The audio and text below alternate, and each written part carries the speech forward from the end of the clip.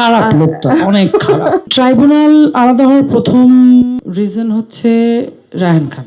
Mentor বলতে পারো রায়হান ভাই। আমি যখন কাজ শুরু করি 2011-তে, আমার প্রথম কি সেকেন্ড সিরিয়াল রায়হান ভাইয়ের সাথেই করা, প্রথম সিরিয়াল নূরজাহান, এবং আমার ভীষণ পছন্দের একটা ক্যারেক্টার ছিল। এবং আমি তখন একদমই নতুন, অভিনয়ের জানি না, মানে আমি যেরকম ছিলাম, মানে I was always the way I am, এবং আমাকে সারাক্ষণ পাগল বলে গালাগালি করতো।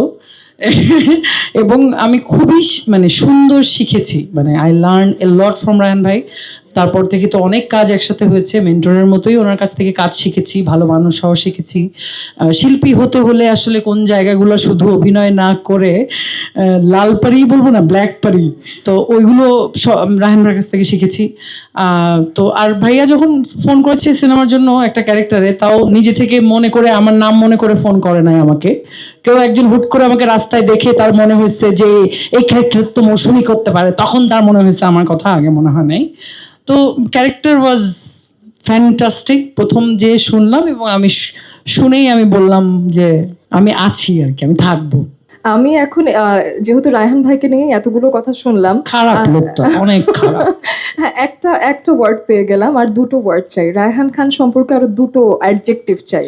মানে ওনাকে দেখলে মনে হয় যে উনি অনেক সিরিয়াস, গম্ভীর, লিখেও তো ভালো ভালো গুড রাইটার, কিন্তু উনি আসলে একটা ফানি লোক, মানে এত ফানি, মানে জাতা লেভেলের ফানি, মানে কমেডিয়ানদের মতো ফানি আর কি। কিন্তু চেহারা দেখো কত সিরিয়াস লুক নিয়ে ঘুরে বেড়াচ্ছে, মোটা ফ্রেমের চশমা পরে। He is not like that. Okay, তাহলে এই প্রশ্নের আর দুইটা, আরেকটা adjective, he is an amazing lover. তাই কি? বাহ, আমরা এই ইনফরমেশনটা আমরা শিখতাম, ট্রেনিং নিতাম ওনার কাছে। ট্রাইব্যুনালের প্রেস মিটে এসে রায়হান খান সম্পর্কে এই যে অ্যামেজিং লাভার হবার কোয়ালিটিটা আমরা জেনে গেলাম। আমি তো জানি না, আমি এখন আমাকে জিজ্ঞেস করছে তোমার সম্পর্কে দুইটা, যেটা কেউ জানে না, জিজ্ঞেস করছে, মানে সেটা বলছি।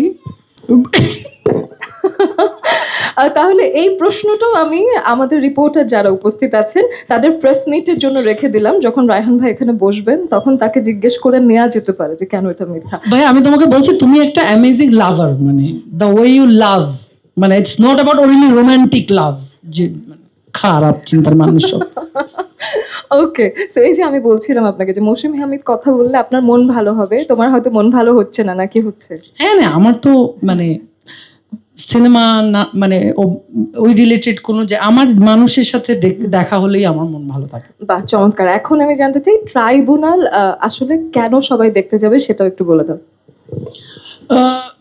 দেখতে যাবে স্টোরি, তারপরে ট্রাইব্যুনাল মানুষ দেখবে স্ক্রিন প্লেতে, মানে গল্প যেভাবে শুরু হয়, একটা গল্প ঘটনা যেভাবে ঘটে, এবং মানে ধর যে লিখেছে খুবই ক্রিটিক্যাল মাইন্ডের, সো গল্প এমন ক্রিটিক্যাল ভাবে সে তৈরি করছে যে তোমার আগ্রহ হবেই পরের সিনটা কি, মানে একদম শেষ পর্যন্ত যেও তুমি তৃপ্ত হতে পারবে না আর কি। ওই মানে একটা, মানে নট স্যাটিসফাইং একটা ব্যাপার আছে গল্পে।